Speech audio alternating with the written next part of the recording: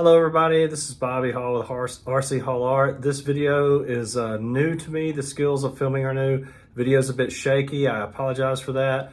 I've only been painting as a kind of regular practice for about 7 months, been doing intuitive abstracts for about 5 or 6 weeks. That's going to be my path now, I love it. I hope you enjoyed this video. I apologize for the shakiness. Hello, Bobby Hall here with RC Hall Art. Check out Chris Loud's 50 prompts.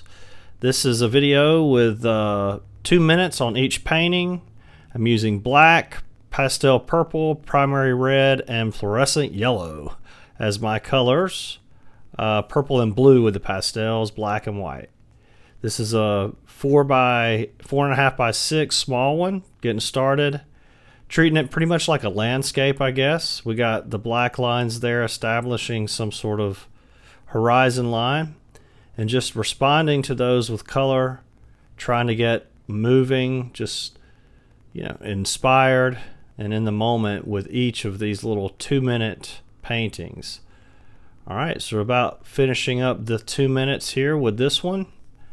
It's a nice little start on something with horizon type lines. All right, so next up, right here we've got a 5 by 7. Coming in with the pastels first, just to have something different to respond to in the paint. I really liked how the paint on the dry canvas responded, and with the pastels kind of blending a little bit. It looks worn, and I don't know, I just like the way that all blended there.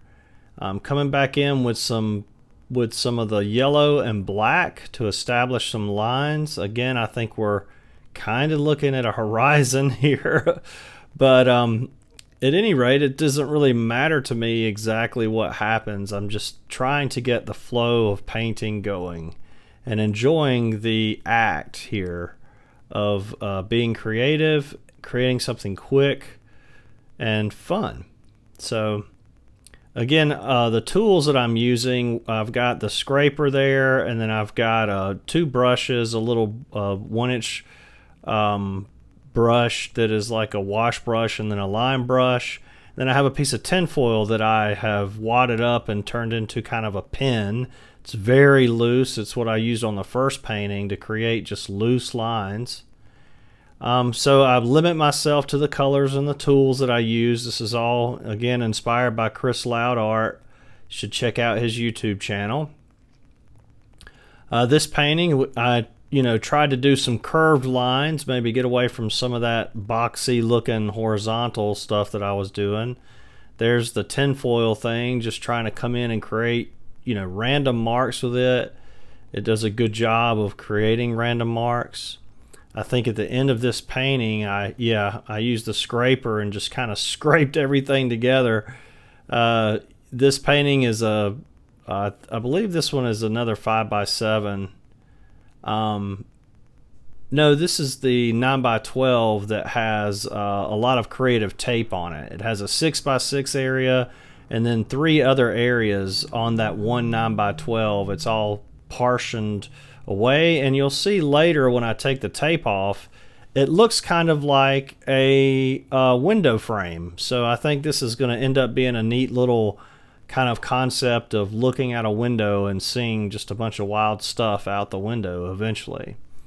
So that's kind of neat. The tape, creative tape, makes it where I don't really know what I'm going to get until I take the tape off. I like that surprise.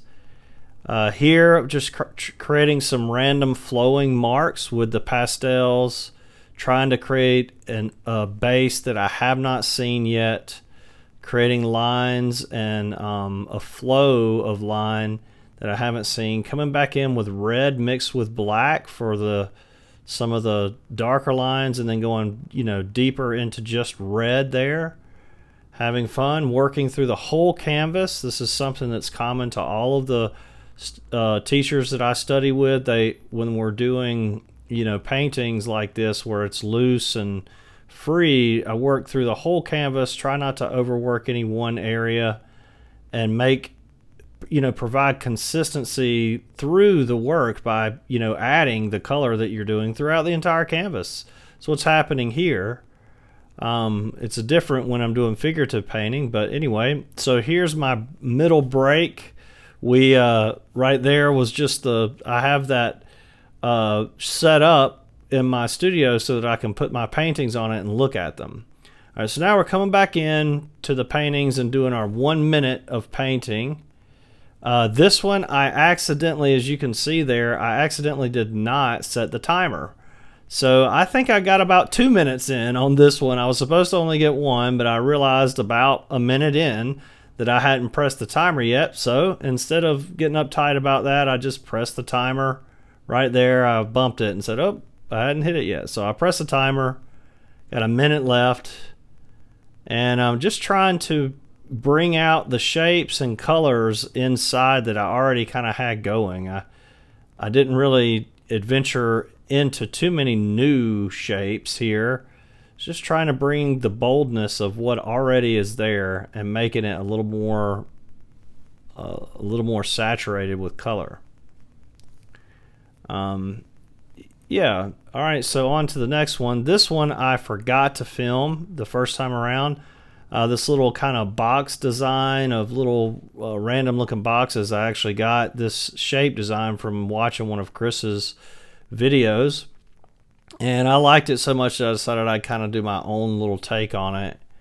And here I'm just coming back in and doing the same thing as I did with the last one. I'm kind of establishing the shapes with a little bit more boldness, black, for the lines, adding a little color to the outside of the painting, not really messing with it too much.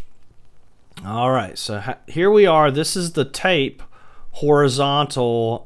This is the taped off 9x12 that ends up looking like a window pane in the end of this video. But at this point, I don't have any idea what it's going to look like when I take the tape off. I really can't tell. So I'm just painting and just, I don't know, responding to what's on the canvas, trying to, I think in this instance, I covered up some things that were happening, made a little bit more blocks of color, and tried to establish some variation of values with the lines by coming back in with some white.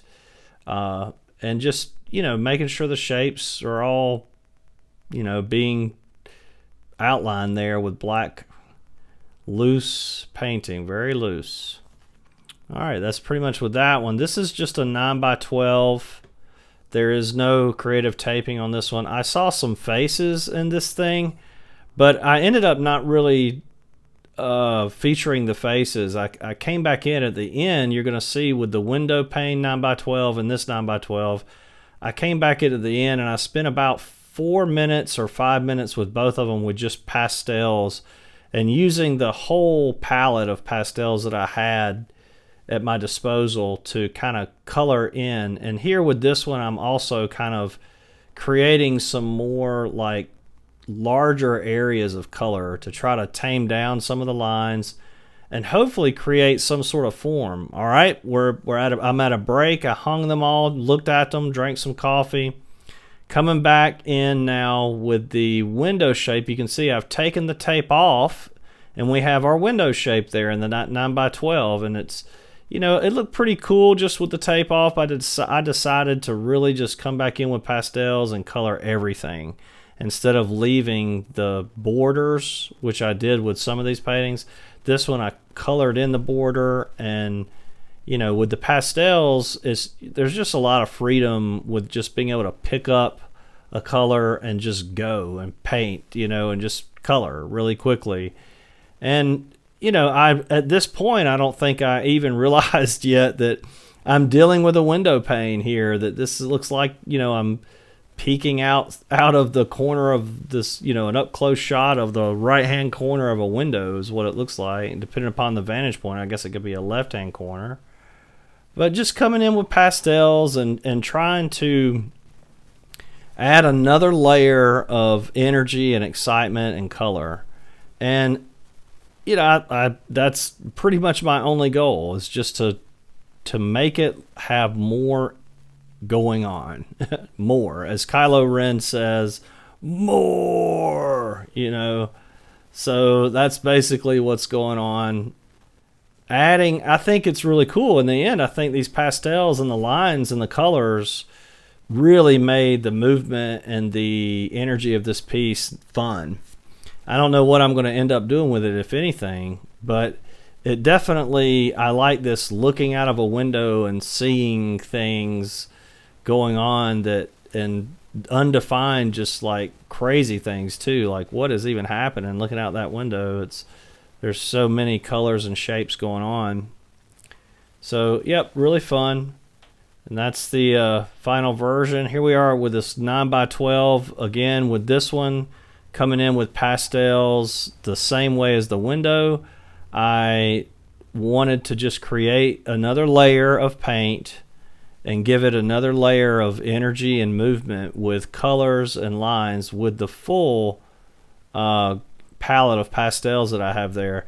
And they're pretty cheap pastels. These are things that came in some kind of like a